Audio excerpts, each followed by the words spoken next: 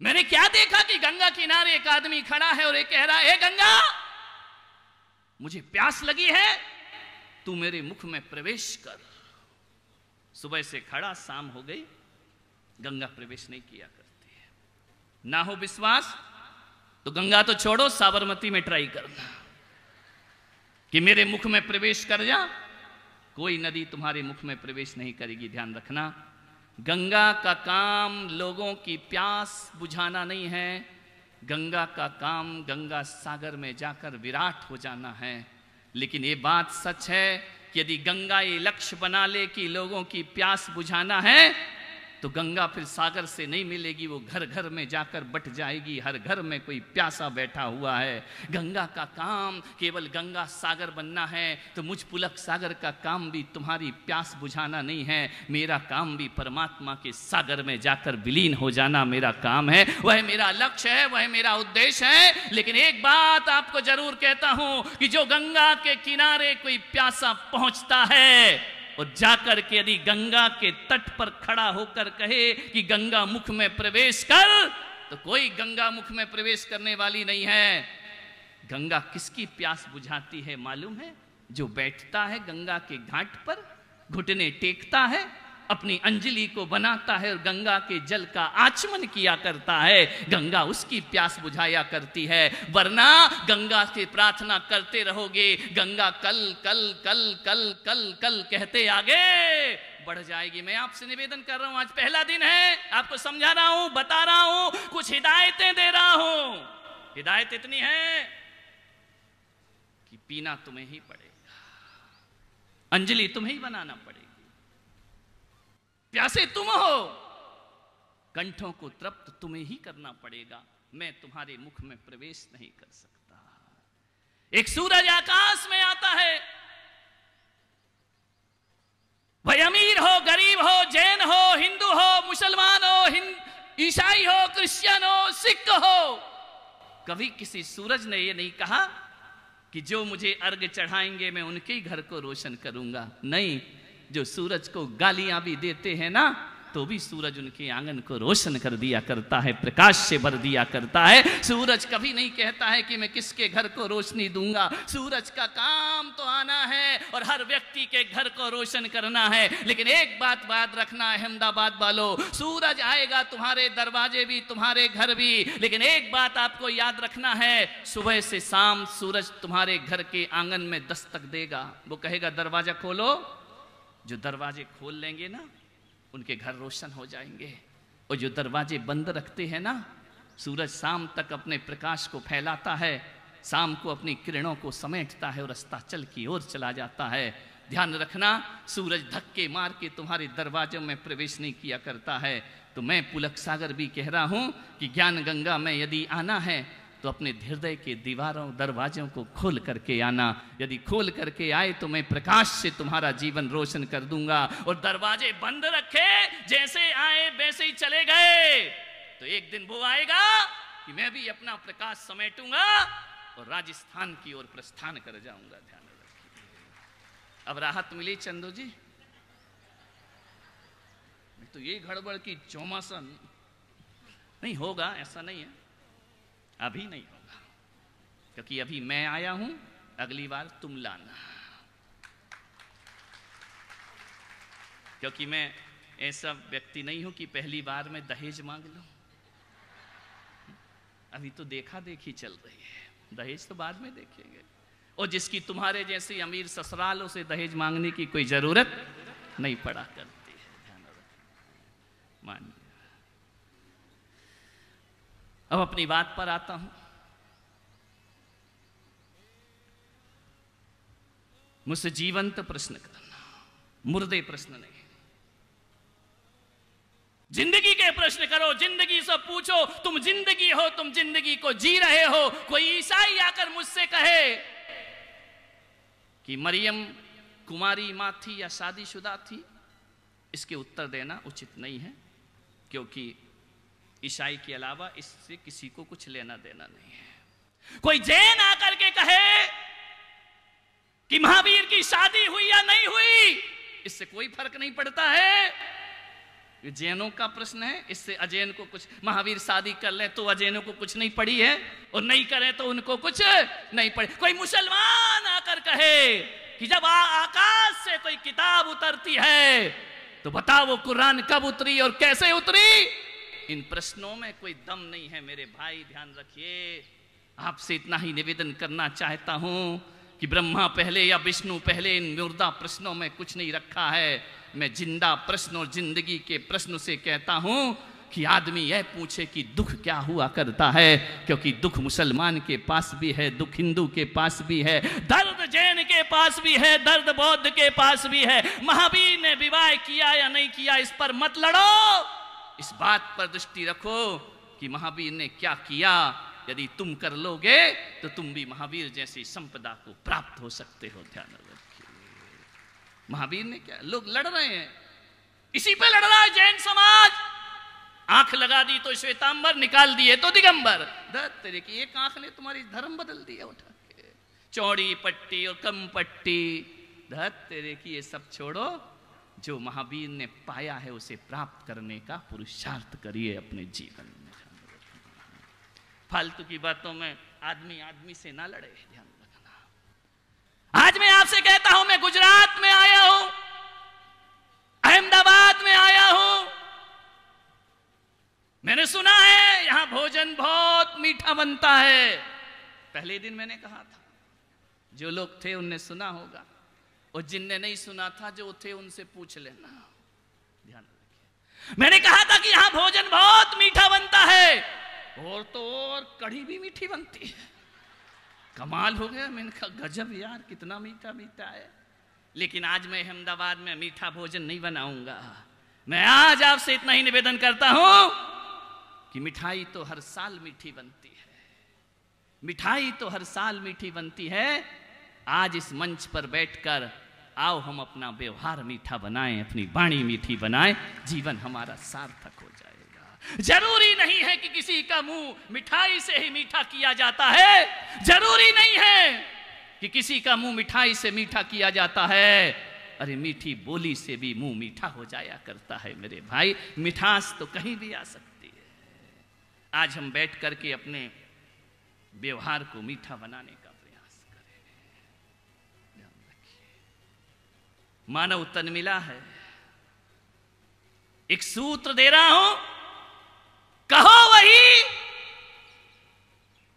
जो सच्चा हो, कहो वही, बोलो, पता तो लगे कि जाग रहे हो।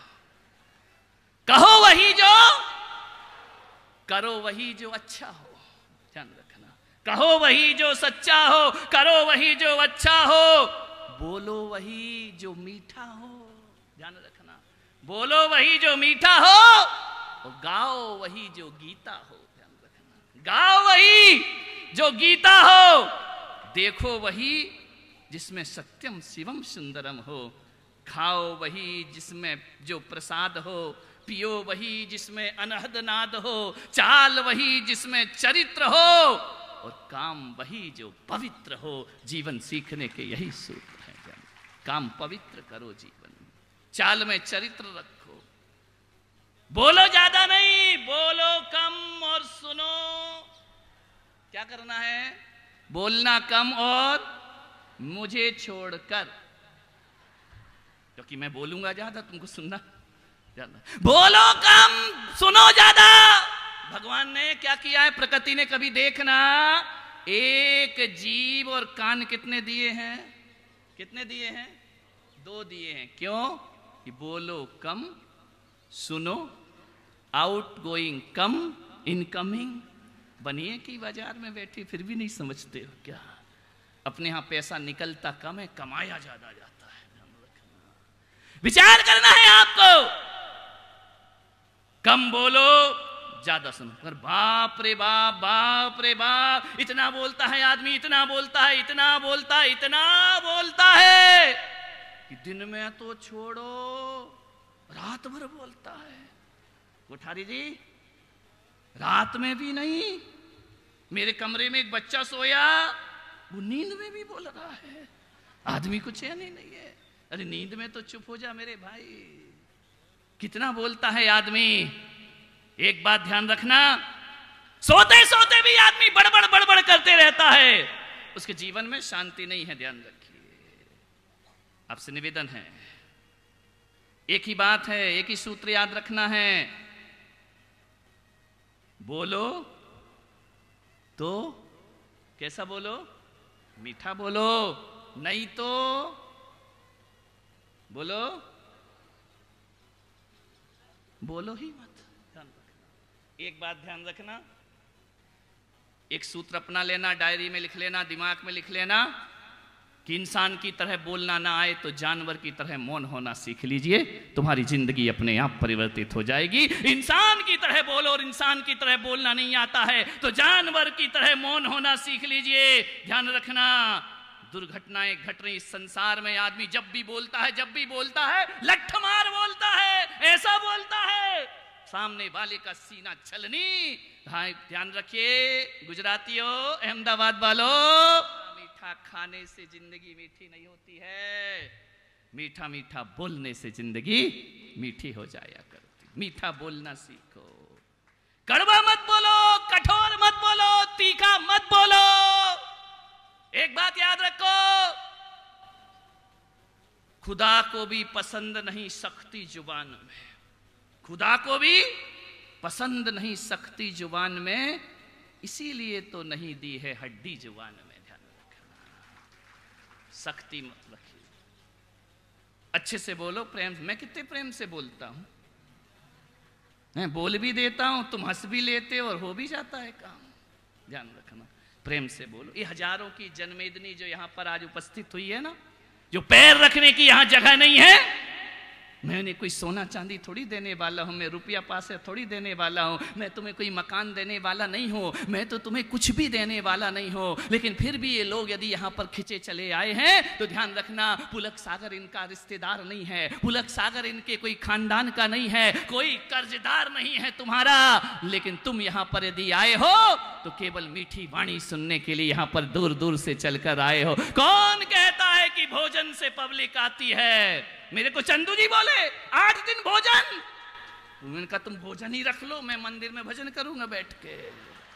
पुलक सागर की सभा में भोजन की जरूरत नहीं, यहां तो परमात्मा का भजन करने लोग आया करते हैं। ध्यान रखिए, भोजन का क्या करेंगे, रोज ही तो मिल रहा है और कितना खाओगे मेरे भाई, घर में भी बन रहा है, यहां भी बन रहा है, कितना भोजन करोगे? आओ बैठकर भगवान का भजन कर लो, जिंदगी सार्थक हो जाएगी। बोले इतने दूर से आते हैं कैसे एडजस्ट करेंगे? मैंने कहा जैसे मैं तुम में एडजस्ट कर रहा हूं ऐसे तुम मुझ में एडजस्ट कर लेना, ऐसे परेशानी क्या है? ध्यान रखना, ज्यादा जुबान मत चलाओ, ज्यादा जुबान चलाओगे तो कोई जुबान काटने वाला भी इस धरती पर मौजूद बैठा है। ध्यान रखिए, आपसे ही कहूंगा, इस जुबान है ना बड़ी चालाक है, बड़ी चतुर है, लीलावती, बहुत लीला करती है। ध्यान रखना, खाती तो मीठा मीठा है और बोलती, बोलो ये तो सही बोल दो मेरे भाई,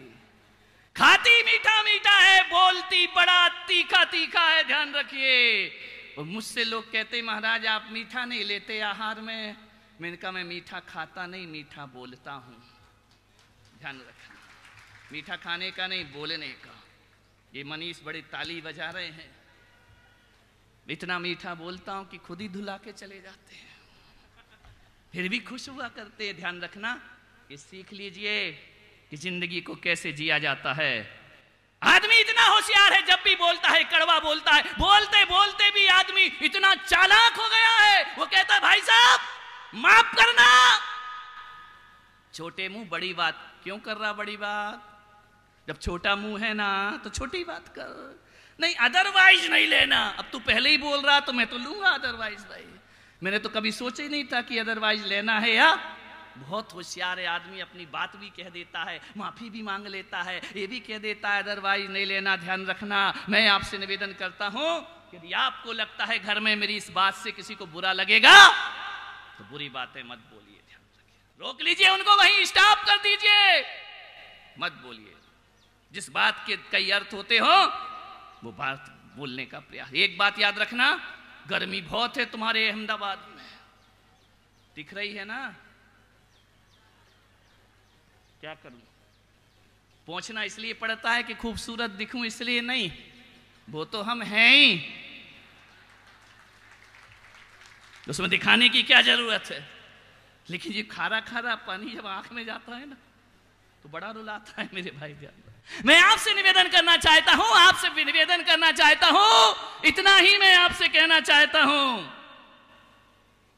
पानी और वाणी दो की कीमत समझ ले हिंदुस्तान, वरना एक बात याद रखना, पानी नहीं रहेगा तो दुनिया का सर्वनाश हो जाएगा, और वाणी नहीं रहेगी तो मानवता तहस नहस हो जाएगी, ध्यान रखना। आपसे निवेदन है, पानी और वाणी की कीमत समझो। आप पानी की कीमत नहीं समझते हैं, अंधाधुंध पेड़ काटे, अब गर्मी बढ़ रही है। एक सर्वे में पता किया गया कि इस देश को यदि इसके तापमान को संतुलित रखना है तो 500 करोड़ पेड़ लगाने की जरूरत है, तब जाकर वातावरण यहां का संतुलित हो पाएगा। वृक्षारोपण करोगे तब वातावरण संतुलित होगा। इतनी गर्मी, बाप रे कितनी गर्मी। पानी और वाणी की कीमत समझिए। भगवान महावीर ने कहा है कि जैनियों पानी छान कर पियो, और मैं पुलक सागर कहता हूं पानी छान कर ही नहीं, वाणी भी छान करके हमारी निकलना चाहिए। यदि वाणी अनछनी है तो कितना भी पानी छानते रहो, मोक्ष तुम्हारे हक में नहीं होने वाला, ध्यान रखना। वाणी को छान करके उपयोग करो। वाणी में वीणा की झनकार होना चाहिए, वाणी में बाण बसे हुए, ध्यान रखना। ऐसा बोलते हो कि सामने जाला तिल मिला जाता है। आज से 250, 300, 400 साल पहले तुलसीदास कह गए कि तुलसी मीठे वचन से सुख उपजत चहु और वशीकरण एक मंत्र है, तज दे वचन